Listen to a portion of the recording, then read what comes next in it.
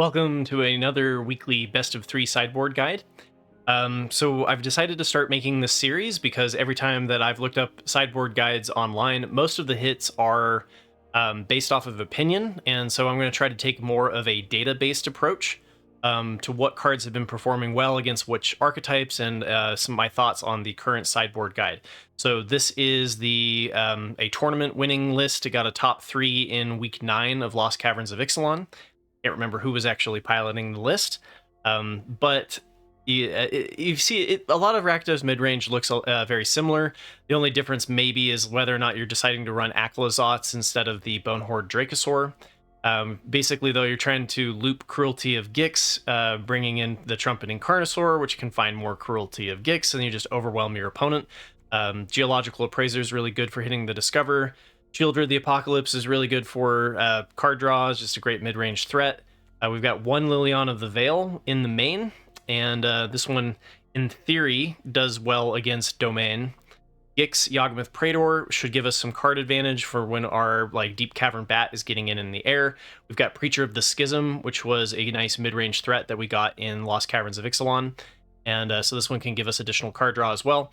We've got Bloodtithe Harvester, which is a Rakdos mid-range staple. You can sack it to give something -X, where X is the number of blood tokens that you control.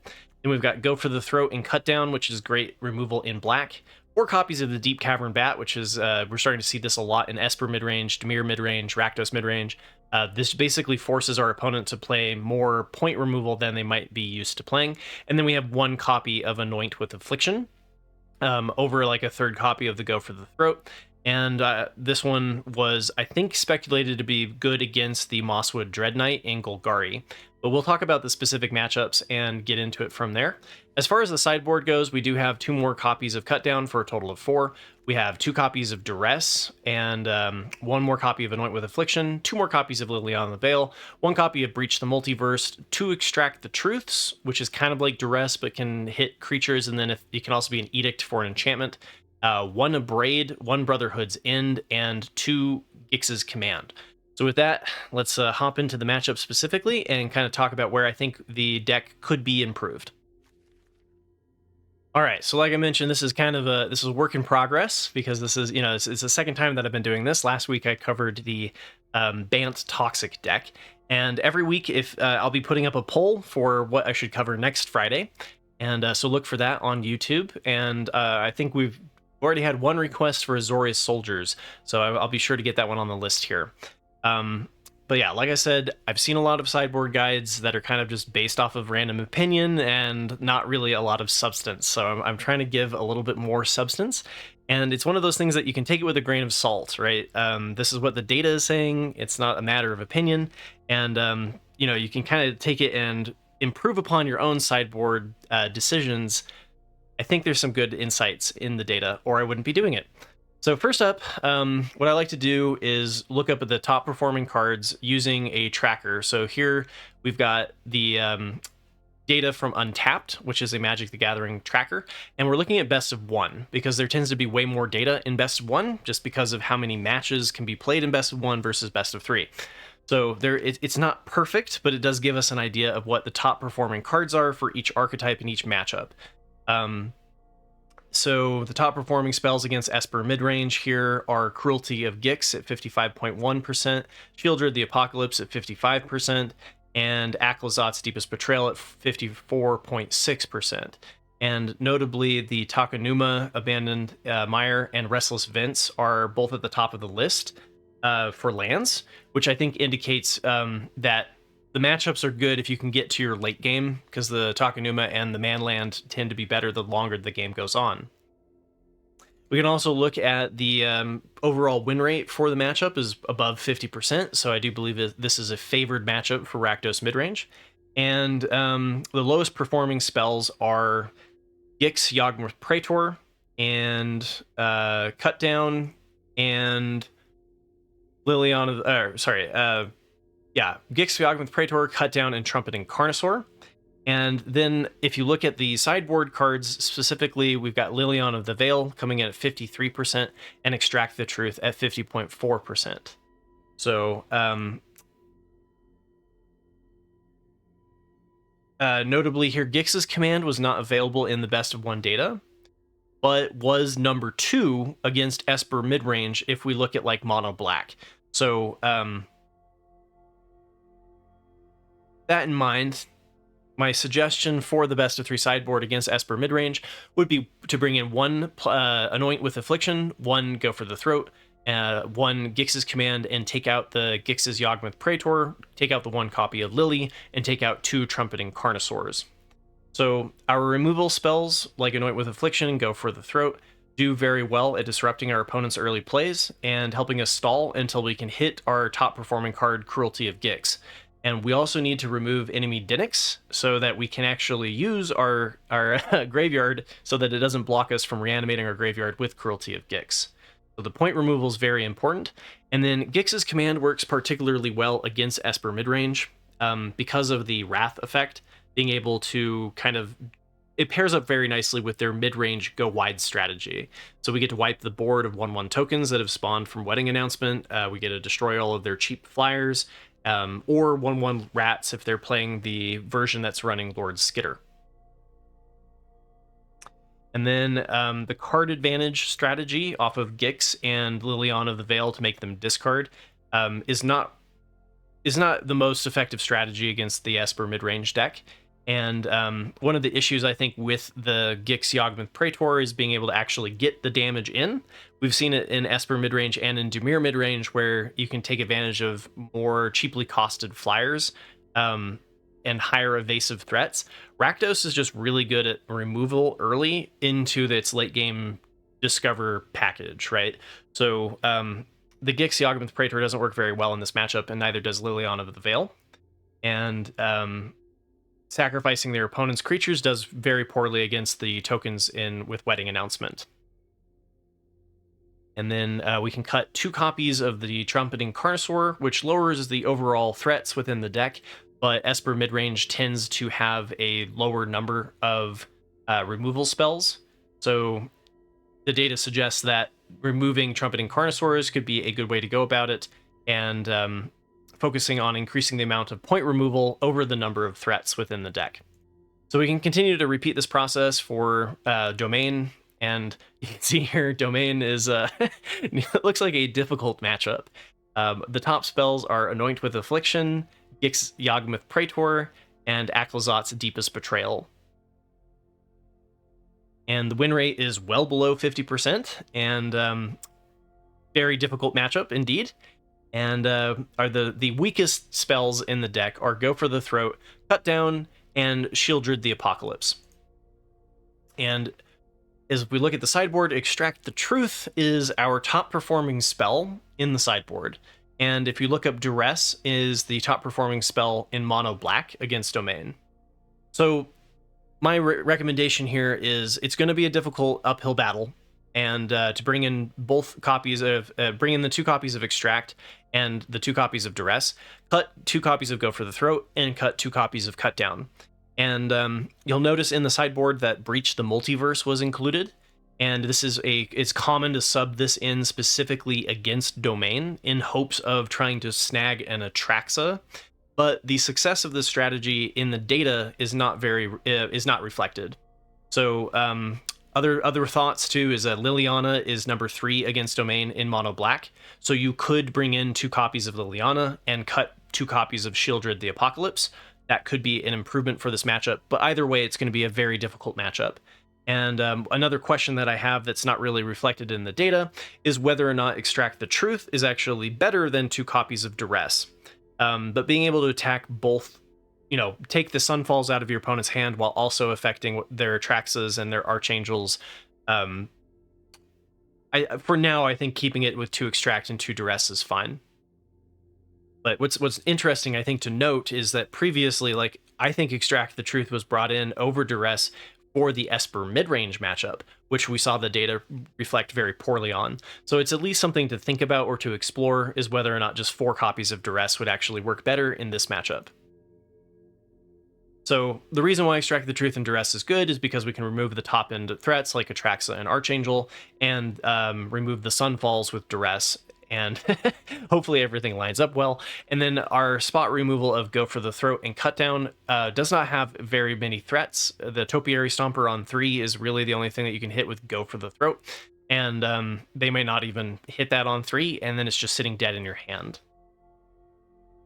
Versus the Mirror, we've got closer to 50%. It's kind of interesting to see that the mirror match hasn't been coming up with 50%.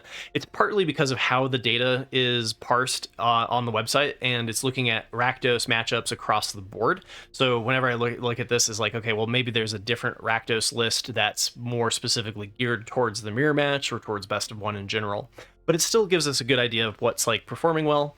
And so the top performing spells are Anoint with Affliction, Blood Tithe Harvester, and Shieldred. Overall, yeah, close to 50%, but slightly down. And be curious to see if this trend of the mirror match being slightly below 50% continues for each archetype. This is the only second one I'm doing here. And the bottom 3 spells are Go for the Throat, Gix Yawgmoth Praetor, and Aclazot's Deepest Betrayal. So we can bring in 1 copy of Anoint with Affliction and +2 cutdowns, and cut out the Aclazot's 1 Praetor and 1 Throat. And the exile of Anoint with Affliction can be nice for preventing reanimation from the cruelty of Gix. So I'm not surprised to see this being a matchup where the Anoint with Affliction is good, and we want to bring in bring it up to a total of 2 copies. And then bringing in 2 more cutdowns is particularly good for the Deep Cavern Bat. The Deep Cavern Bat is a problem, and the more single point removal that you have that solves the bat is you get your removal back after you cheaply get rid of the bat. So I think 4 copies of Cutdown makes a lot of sense in the mirror match. And also you can see from the Blood Tithe Harvester being a top performer that the data suggests that it kind of comes down in this matchup to who draws the most point removal. And then as far as our threats go, we can cut the Aclazot's Deepest Betrayal and the Gix Yawgmoth Praetor, as well as looking at some of the data from, like, Liliana doesn't have a particularly impressive win rate in this matchup. Both of these show that the card advantage strategy doesn't play a large part against the mirror match. And then we can cut 1 copy of Go for the Throat for cheaper removal, like Cut Down or something that exiles like Anoint. It's not necessarily that Go for the Throat is bad point removal in this matchup, it's just that we have better options. Versus Monor Red aggro, we can see that the top performing cards are Preacher of the Schism, Go for the Throat, and Cut Down. And the overall win rate is close to 50%, but slightly favored. And the bottom spells are Geological Appraiser, Cruelty of Gix, and Anoint with Affliction. So in the Mono Red aggro matchup, I recommend bringing in 2 cutdowns as well as 1 Go for the Throat, and bring out the 1 Anoint with Affliction and take out 2 Cruelty of Gix. So with how well Go for the Throat is performing in several matchups already, I do think that I wish the sideboard had 2 copies to bring in. And so if we did have an additional copy, I would be bringing it in this matchup. But we bring in every copy of spot removal that we have in the sideboard to try to survive against the early aggression, and bring out the Anoint with Affliction and the Cruelty of Gix. Cruelty of Gix is just much too slow for the Mono Red matchup, and we certainly don't have the cushion to pay for the 3 life to tutor for a card with the Cruelty as well. And then Anoint with Affliction may be lower than Go for the Throat due to not being able to hit 4 drops in some versions of Mono Red, like Raiju. But I was surprised to see it so far down on the list. And then versus Dimir midrange, we can see the top performing cards are Aclazot's Deepest Betrayal, Go for the Throat, and Deep Cavern Bat. And it's close. It looks like it's a pretty close matchup. Nothing that's like clearly in our favor. The overall win rate is pretty spot on to 50%. And the bottom 3 spells are Gix Yawgmoth Praetor, and the Cruelty of Gix, and Anoint with Affliction. So notably, I did look up what Liliana's win rate was doing versus Dimir midrange in mono black, and it's number 5, which is not the worst, but not the best. So this could be a good matchup to bring in Liliana. More notably, though, I think is the fact that Bonehorde Dracosaur is the #1 spell to bring in against Dimir midrange, and this list was specifically running Aclazotz over the Bonehorde Dracosaur. So just something to keep in mind, that if you are running the Bonehorde Dracosaur list, that this would be a good matchup to bring it in. Otherwise, yeah, we're looking at bringing in more spot removal of Go for the Throat and Cut Down over the Gix Yawgmoth Praetor and 2 Cruelty of Gix, because this is also a fast matchup. So this is another matchup where if I had a second copy of Go for the Throat, I'd be bringing it in, and it will largely come down to having more removal than your opponent to win the Battle of the Deep Cavern Bats. And this is also another one that, like, the Gix Yawgmoth Praetor with Liliana is not the way that I want to go about it. And the stats are kind of suggesting that Gix is not working particularly well in this archetype. And that Cruelty of Gix, similar to Monor Red, is too slow, and is also potentially too easily countered by counterspells, and to really be effective against Dimir midrange. Versus Golgari midrange, we can see that the top performing cards are Go for the Throat, Trumpeting Carnosaur, and Cut Down. The overall win rate is another one it's a close matchup. We've got about a 50% matchup. And then the worst 3 spells are Aclazotz Deepest Betrayal, which technically has too few data to actually remark on it, but I'm assuming that it's low data because the game has not made it to that point. And then we've got Anoint with Affliction and Gix Yawgmoth Praetor on the bottom here. So as far as Golgari midrange goes, we bring in 1 copy of Go for the Throat, we bring in 2 copies of Cut Down, we take out 1 copy of Aclazotz, 1 copy of Anoint with Affliction, and 1 copy of Gix Yawgmoth Praetor. And this is another one where I'd bring in a second copy of Go for the Throat. I do think the data suggests that just pumping like 4 cut downs and 4 Go for the Throats might actually work better than maybe people are hesitant to be running that much spot removal. It does not do well against Domain, so just if you do decide to main board in 4 cut downs and 4 Go for the Throats, it's going to make that Domain matchup worse, but you're already kind of having a really hard time against the Domain matchup in the first place. We did also see last week that this reflects what we saw with Bant Toxic, which was basically just anything that we can do to disrupt the early plays of Golgari midrange and then eventually hit into our win condition, which in this case is the Cruelty of Gix, is the most effective way to approach defeating Golgari midrange, and it doesn't seem to be different for the Rakdos midrange strategy. And then, Aclazotz Deepest Betrayal is not working particularly well in this matchup, and Anoint with Affliction. And I was surprised to see Anoint with Affliction near the bottom, since I thought that it was going to be a good answer to Mosswood Dread Knight.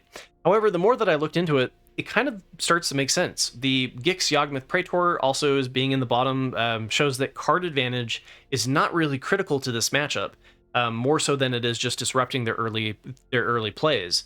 So if they end up replaying the Mosswood Dread Knight for additional value on the adventure side, where they draw a card and lose a life, it's really not the end of the world. So much so that Anoint with Affliction is not performing that much better than like Go for the Throat. And notably, like Preacher of the Schism also blocks the 3/2 of the Mosswood Dread Knight relatively well as just a base 2/4. So that was one that the data surprised me. And then last but not least here we have Bant Toxic, and the top 3 spells for Bant Toxic are Go for the Throat, Cut Down, and Preacher of the Schism. The overall win rate is slightly below 50%, showing that this is a tough matchup, an uphill battle. And the bottom 3 cards are Anoint with Affliction, Gix Yawgmoth Praetor, and Aclazotz Deepest Betrayal. So against Bant Toxic, again, we see wanting to bring in +1 Go for the Throat, as well as +2 cut downs. And this is another one that if you had 2 Go for the Throats, you could bring in a second one, and you'd end up having to cut a little bit higher up off the list. But you could cut like an Appraiser or trying to remember what the 4th worst card was. But yeah, Cut Down and Go for the Throat just really stalls your opponent from getting that early Toxic. And this is definitely another one where I would bring in the second Go for the Throat if it was available. And then it's another matchup where Aclazotz is just too slow. It's just not favorable. So, and then Anoint with Affliction is on the list despite being point removal. And one thing that I've noticed is that across the board, Anoint with Affliction just seems to be lower than Go for the Throat. Even though like Bant Toxic, for example, doesn't have anything that's over over a 3-drop. Bloated Contaminator making the top of the list, right? Or like Annex Sentry. So kind of curious that the Anoint with Affliction is on this list here. One of the reasons it could be is that the lists that were running the Anoint with Affliction in the data were just not geared up particularly well or not very well designed. So this one is like across the board, all of the times that Anoint with Affliction was in the bottom. It could be a fluke of the data, but for now I'm going to trust the data and go with not running the Anoint with Afflictions. But it is interesting to note that like it should be working exactly like Go for the Throat in this matchup, because there isn't anything that is mana value 4 or more. So at least worth noting. And the Gix Yawgmoth Praetor card advantage in an engine is not working is not particularly important in the Bant Toxic matchup. You just need to try to survive. And then Shieldred is just too slow. There's not really a card draw engine in Bant Toxic, so you're not punishing them for drawing additional cards, and you just need earlier interaction than trying to win through Shieldred the Apocalypse. So after going through this process, I do think there's some interesting insights. My overall sideboard impressions and thoughts on the deck is that Gix Yawgmoth Praetor doesn't perform very well without the addition of low-cost flyers like we see in like Esper midrange or in Dimir midrange. So I would be tempted to just bring out the one copy of Gix Yawgmoth Praetor. The other thing too is I'd rather see additional cutdowns and Go for the Throats in the main that then can be sideboarded out in matchups where they're not working particularly well. I do think there's enough in the top 7 most common archetypes in the last 14 days, according to MTG Goldfish or whatever, that you should be bringing in as much spot removal as you possibly can. Breach the Multiverse is a long shot, and its effect of actually being domain is marginal at best. So I do think that you could bring in like an additional duress, and that would probably be better than going for the Hail Mary of hitting a Trax off of Breach the Multiverse.